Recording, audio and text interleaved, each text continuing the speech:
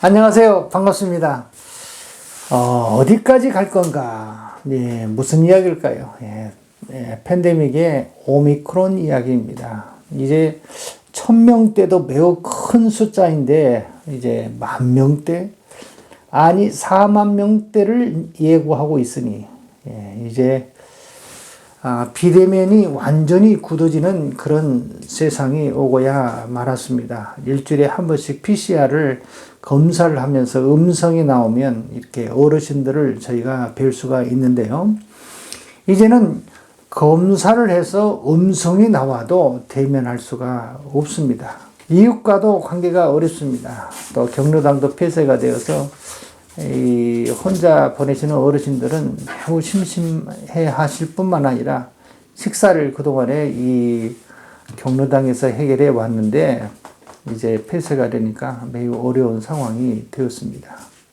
이렇게 비대면이 이어지니 어르신들을 직접 뵐 수는 없고 이제 대문 앞에 가서 전화를 한 3분 정도 통화하고 또 그 집 앞에 가서 문 앞에서 기도하고 돌아오는 것이 요즘 하루의 일상이 되었습니다. 백신 3차 접종을 다 모두가 했지만 이렇게 비대면이 이어지고 만날 수가 없고 확진자 수가 줄어들지 않고 더 늘어나고 있으니 이제 사람과 사람이 만나는 세상은 끝이란 말인가. 이러한 푸념하게 되는 시기가 되어 버렸습니다. 처음에는 코로나19가 왔을 때는 매우 충격적이었지만 어느 때가 되니 세계 모두가 다 겪는 전염병이라 여겼기 때문에 만연해 있다가 또 수긍했다가 또 힘들어도 참다가 이제는 개인적으로 환경의 제약이 오고 경제적인 제약이 오고 삶의 질이 떨어지면서 또 다른 질병으로 확대되고 있는 상황입니다. 이제는 우울의 단계를 넘어서 두려움과 공포 또는 자살의 충동이 일어날 정도로 매우 정신적, 심리적 압박을 더해가고 있습니다. 많은 이들이 이 전염병이 왜 왔는지, 어디서 왔는지, 이 전염병이 온 인류를 불행하게 만들고 있는데 그 주체는 누구인지를 알 이유도 없이, 불평할 새가 없이 그냥 무조건 아픔을 묻지도 않고 꾹 참고 혼자 꿍꿍 앓고 맞이하는 세대가 되어버리고 말았습니다. 저는 이런 일이 일어난 게 도저히 이해가 되지 않아요. 그런데 다른 사람들은요, 다 이해가 된다고 하는 거예요. 또 그러니, 또 그것도 스트레스입니다. 각 가정마다 따스한 온기는 어디론가 다 사라져버리고, 모두가 다 신경이 예민해지고, 이혼율이 지속적으로 2%씩 이렇게 해년마다 늘고 있습니다. 이러한 가정들 대부분이 경제적 위기 때문입니다. 가정이 불안하니 나라는 어떠하겠습니까? 한 나라의 대통령을 뽑는데 정말 계속 보고 있으면 좀 답답합니다. 어느 때 대통령 선거 때보다 더 심각할 정도로 자격 미달에 또 서로 비방하는 것을 듣다 보면 희망이 보이지 않습니다. 이렇듯 자금의 이 시대 또 코로나의 이 환경의 변화가 주는 답답함을 이루 말할 수가 없습니다. 저도 어르신을 만나지 못하니까 정말 답답해요. 또한 마음뿐만 아니라 이제는 몸도 특히 저 같은 경우는 아주 격렬하게 운동을 해야 하는데 이런 운동을 이렇게 하지 못하니까 이것도 저에게는 아주 매우 큰 불안의 요소로 차지하고 있습니다. 사람이 이렇게 하고자 하는 일을 해야 하는데, 좋아하는 일을 해야 하는데 그것이 막혀버리면요, 답답할 뿐만 아니라 삶의 균형이 붕괴가 옵니다. 서서히 무너집니다. 붕괴가 오면 서서히 무기력증이 찾아오고 이제부터는 의욕이 없어집니다. 이러한 때에 어떻게 살아야 할까? 어떻게 대처해 나가야 할까? 우리 그리스도인들은 무엇을 먹고 살아야 하는 것인가? 사람이 밥만 먹고 사는 존재가 아니기에 어떻게 하면 답답한 구조 가운데 살아갈 수가 있을까? 이제는 삶의 근본적인 질문들이 계속 나오는 그러한 환경을 맞이하고 있습니다. 이렇게 세상이 돌아가는 흐름을 이렇게 살펴보면 요한일서 5장 19절에 요한은 이렇게 이야기를 합니다. 또 아는 것은 우리는 하나님께 속하고 온 세상은 악한 자 안에 처한 것이라. 그러므로 세상에 가는 길과 그리스도인이 가는 길이 따로 있다고 하는 것입니다. 그렇게 좋은 에덴 동산을 하나님이 이렇게 허락해 주셨는데 세상은 그 동산을 잃어버리고 하나님과 같아지겠다라고 하는 선악을 알게 하는 지혜의 나무를 선택했습니다. 또한 노아의 때에는 죄가 가능하고 사람의 생각이 모두가 다 악할 뿐임을 보시고 하나님이 심판에 이르게 되었던 거죠. 바벨탑 사건은 또한 하나님과 동등됨을 취하기 위해서 높이 쌓았는데 어디까지 쌓느냐면 하늘이 꼭대기에 닿자라는 슬로건을 가지고 짓다가 그만 무너졌습니다. 역사적인 사실도 사실이지만 또한 이것은 영적인 바벨탑은 지금도 계속 짓고 있는 것입니다. 세상은 하나님의 영역을 계속해서 공격을 합니다. 하루에 1000명대가 이를 때는 교회가 매우 큰 어려움에 처해지고 이제는 10,000명대 아니 이제는 30,000명, 40,000명대가 이루게 되니 더욱더 교회에 끼치는 영향은 이루 말할 수가 없습니다. 여기저기서 교회가 붕괴되고 있습니다. 큰 교회는 운영하는 데 어려움이 생기게 되었고 작은 교회는 인터넷 매체의 교회로 빼앗기고 이제 비대면은 더 가속하여 모임을 축소되어 예배자는 줄고 더욱이 큰 문제는 이제 새신자가 급격히 줄고 있다는 것입니다. 세상은 깊은 이제는 비대면 속으로 이제는 몰아넣고 메타버스, 가상세계 또 다른 가상지구에 많은 사람들이 이렇게 몰아넣고 있습니다. 이제는 코로나 이전으로 세상은 돌아가지 않습니다. 코로나와 함께 가야 할 세상입니다. 어찌되었든 간에 비대면으로 이루어지는 사회, 세상은 앞으로 우리가 계속 만나야 할 세상입니다. 그래서 이제 여기저기서 마치 새로운 씨를 심기에 밭을 뒤엎듯 경제, 사회, 문화 전반에 거대한 리셋, 그레이트 리셋이 가동돼서 각처에서 밭갈이를 하고 있습니다. 이전 삶의 방식, 경제적 방식이 아닌 전혀 다른 세계를 향해서 지금 통째로 뒤엎기 시작을 했습니다. 세계 경제가 휘청거리는 거대한 리셋이 시작되었습니다. 버블, 금리 인상, 주식과 부동산이 뿌리째 흔들리고 세계 금융을 지배하는 연준은 또 다른 세상의 경제 패권을 리더하며 각 나라를 뒤흔들 거라는 미래 경제학자들이 이구동성 이야기하고 있습니다.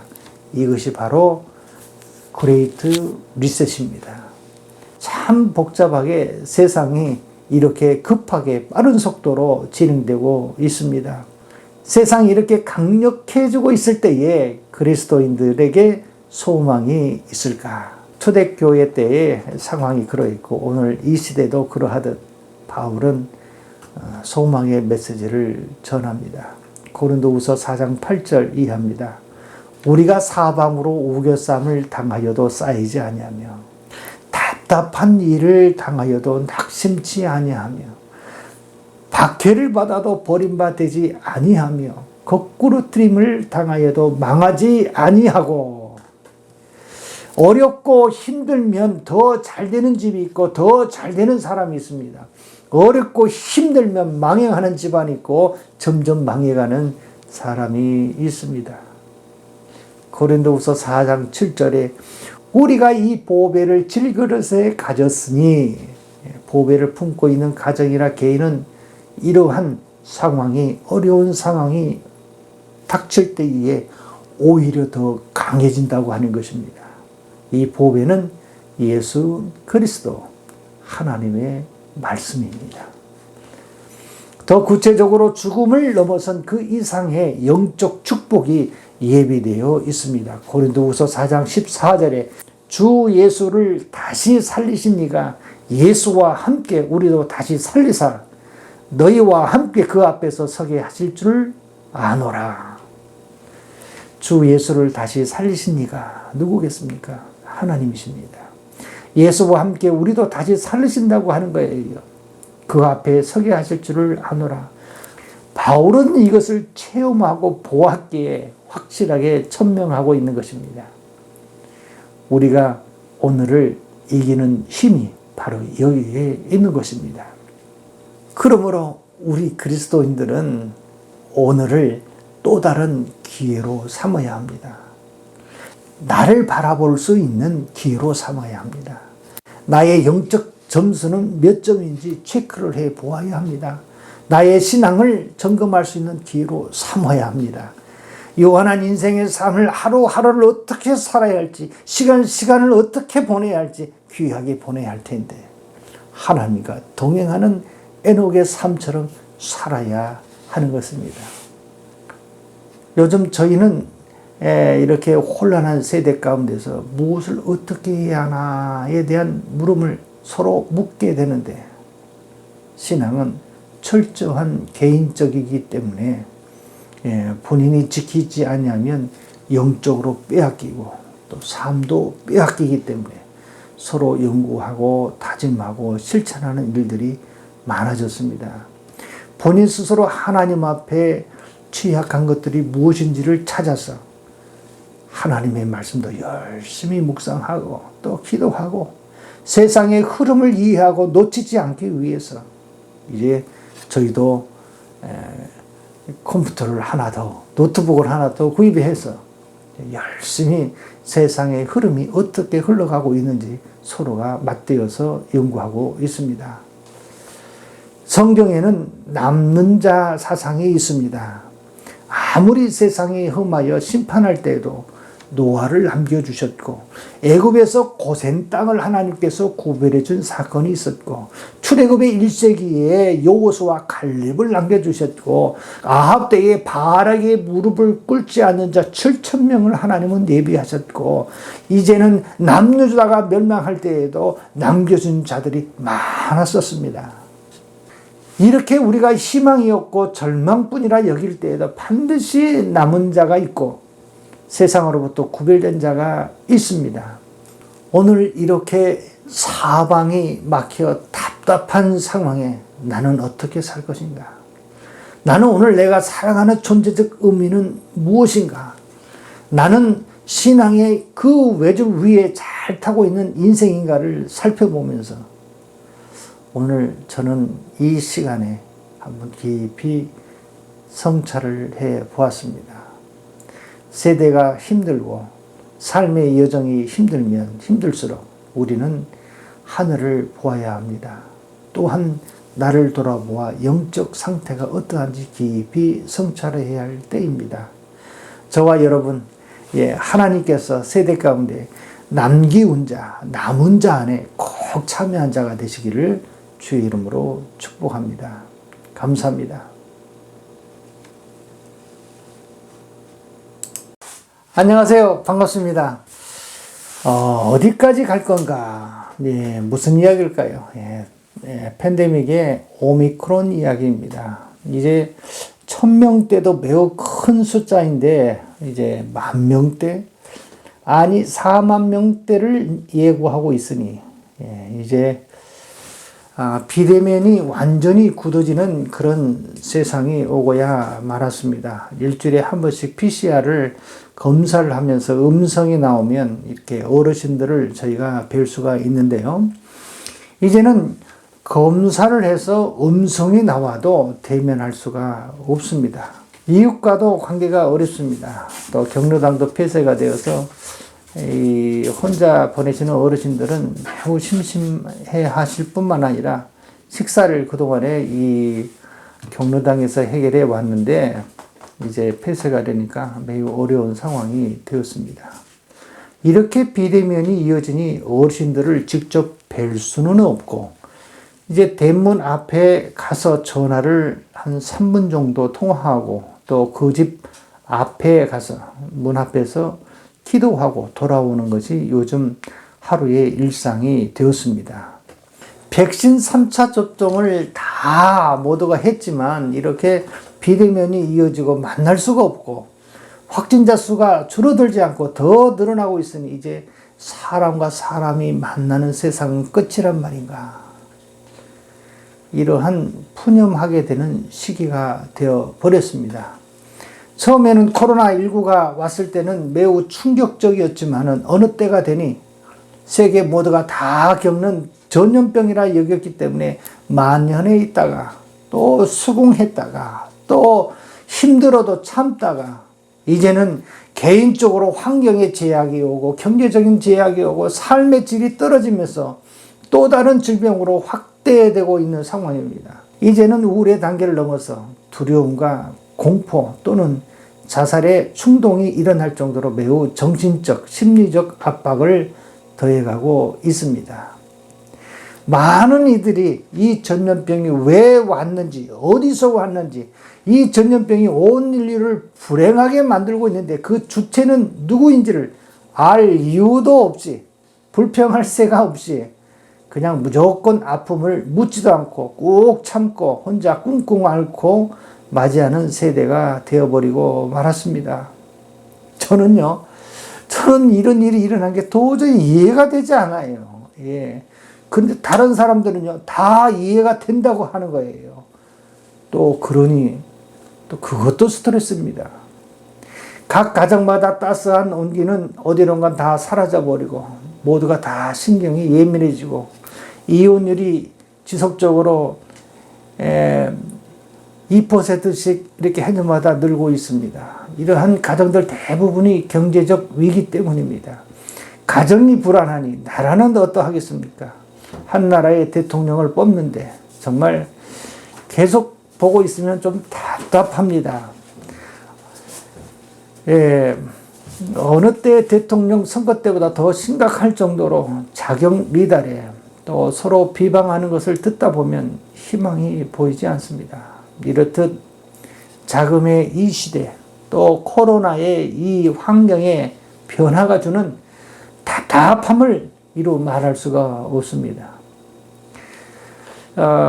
저도 어르신을 만나지 못하니까 정말 답답해요. 예. 또한 마음뿐만 아니라 이제는 몸도, 특히 저 같은 경우는 아주 격렬하게 운동을 해야 하는데 이런 운동을 이렇게 하지 못하니까 이것도 저에게는 아주 매우 큰 불안의 요소로 차지하고 있습니다. 사람이 이렇게 하고자 하는 일을 해야 하는데, 좋아하는 일을 해야 하는데 그것이 막혀버리면요, 답답할 뿐만 아니라 삶의 균형이 붕괴가 옵니다. 서서히 무너집니다. 붕괴가 오면 서서히 무기력증이 찾아오고 이제부터는 의욕이 없어집니다. 이러한 때에 어떻게 살아야 할까? 어떻게 대처해 나가야 할까? 우리 그리스도인들은 무엇을 먹고 살아야 하는 것인가? 사람이 밥만 먹고 사는 존재가 아니기에 어떻게 하면 답답한 구조 가운데 살아갈 수가 있을까? 이제는 삶의 근본적인 질문들이 계속 나오는 그러한 환경을 맞이하고 있습니다. 이렇게 세상이 돌아가는 흐름을 이렇게 살펴보면 요한일서 5장 19절에 요한은 이렇게 이야기를 합니다. 또 아는 것은 우리는 하나님께 속하고 온 세상은 악한 자 안에 처한 것이라. 그러므로 세상에 가는 길과 그리스도인이 가는 길이 따로 있다고 하는 것입니다. 그렇게 좋은 에덴 동산을 하나님이 이렇게 허락해 주셨는데 세상은 그 동산을 잃어버리고 하나님과 같아지겠다라고 하는 선악을 알게 하는 지혜의 나무를 선택했습니다. 또한 노아의 때에는 죄가 가능하고 사람의 생각이 모두가 다 악할 뿐임을 보시고 하나님이 심판에 이르게 되었던 거죠. 바벨탑 사건은 또한 하나님과 동등됨을 취하기 위해서 높이 쌓았는데 어디까지 쌓느냐면 하늘이 꼭대기에 닿자라는 슬로건을 가지고 짓다가 그만 무너졌습니다. 역사적인 사실도 사실이지만 또한 이것은 영적인 바벨탑은 지금도 계속 짓고 있는 것입니다. 세상은 하나님의 영역을 계속해서 공격을 합니다. 하루에 1000명대가 이를 때는 교회가 매우 큰 어려움에 처해지고, 이제는 10,000명대, 아니 이제는 30,000명, 40,000명대가 이루게 되니 더욱더 교회에 끼치는 영향은 이루 말할 수가 없습니다. 여기저기서 교회가 붕괴되고 있습니다. 큰 교회는 운영하는 데 어려움이 생기게 되었고, 작은 교회는 인터넷 매체의 교회로 빼앗기고, 이제 비대면은 더 가속하여 모임을 축소되어 예배자는 줄고, 더욱이 큰 문제는 이제 새신자가 급격히 줄고 있다는 것입니다. 세상은 깊은 이제는 비대면 속으로 이제는 몰아넣고, 메타버스, 가상세계, 또 다른 가상지구에 많은 사람들이 이렇게 몰아넣고 있습니다. 이제는 코로나 이전으로 세상은 돌아가지 않습니다. 코로나와 함께 가야 할 세상입니다. 어찌되었든 간에 비대면으로 이루어지는 사회, 세상은 앞으로 우리가 계속 만나야 할 세상입니다.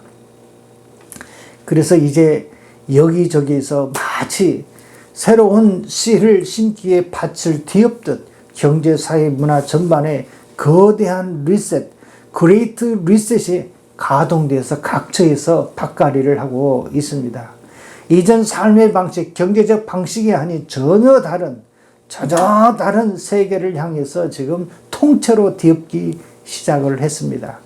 세계 경제가 휘청거리는 거대한 리셋이 시작되었습니다. 버블, 금리 인상, 주식과 부동산이 뿌리째 흔들리고 세계 금융을 지배하는 연준은 또 다른 세상의 경제 패권을 리더하며 각 나라를 뒤흔들 거라는 미래 경제학자들이 이구동성 이야기하고 있습니다.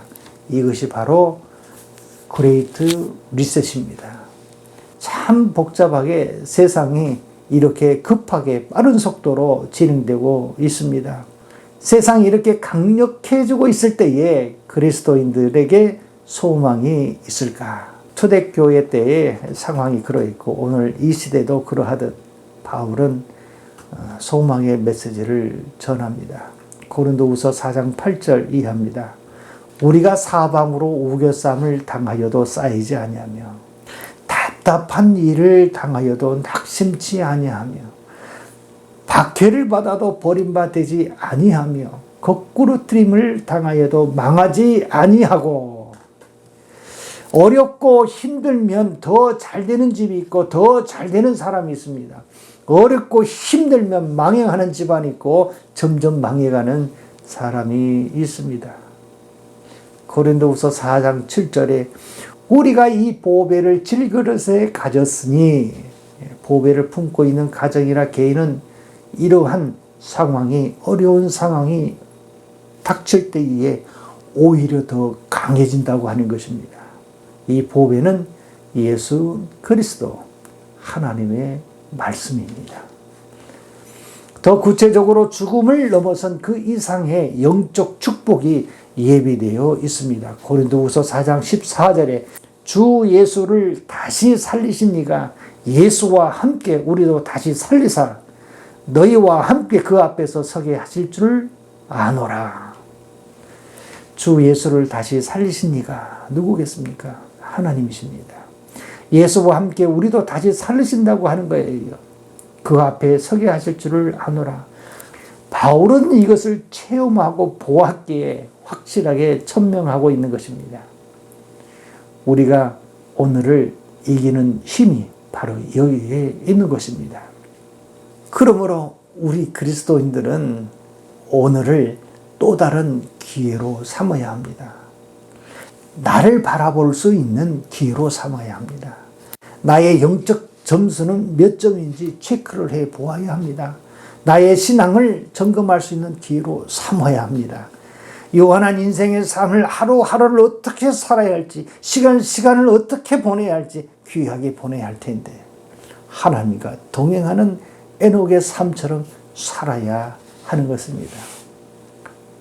요즘 저희는 이렇게 혼란한 세대 가운데서 무엇을 어떻게 해야 하나에 대한 물음을 서로 묻게 되는데 신앙은 철저한 개인적이기 때문에 본인이 지키지 않으면 영적으로 빼앗기고 또 삶도 빼앗기기 때문에 서로 연구하고 다짐하고 실천하는 일들이 많아졌습니다.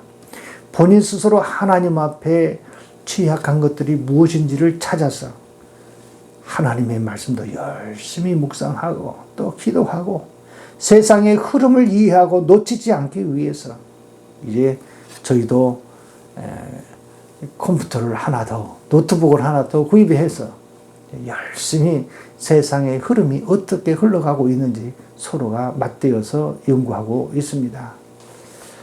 성경에는 남는 자 사상이 있습니다. 아무리 세상이 험하여 심판할 때에도 노아를 남겨주셨고 애굽에서 고센 땅을 하나님께서 구별해 준 사건이 있었고 출애굽의 1세기에 여호수아 갈렙을 남겨주셨고 아합 때에 바알에게 무릎을 꿇지 않는 자 7,000명을 하나님은 예비하셨고 이제는 남유다가 멸망할 때에도 남겨준 자들이 많았었습니다. 이렇게 우리가 희망이 없고 절망뿐이라 여길 때에도 반드시 남은 자가 있고 세상으로부터 구별된 자가 있습니다. 오늘 이렇게 사방이 막혀 답답한 상황에 나는 어떻게 살 것인가? 나는 오늘 내가 살아가는 존재적 의미는 무엇인가? 나는 신앙의 그 외줄 위에 잘 타고 있는 인생인가를 살펴보면서 오늘 저는 이 시간에 한번 깊이 성찰을 해 보았습니다. 세대가 힘들고 삶의 여정이 힘들면 힘들수록 우리는 하늘을 보아야 합니다. 또한 나를 돌아보아 영적 상태가 어떠한지 깊이 성찰해야 할 때입니다. 저와 여러분, 하나님께서 세대 가운데 남기운 자, 남은 자 안에 꼭 참여한 자가 되시기를 주의 이름으로 축복합니다. 감사합니다.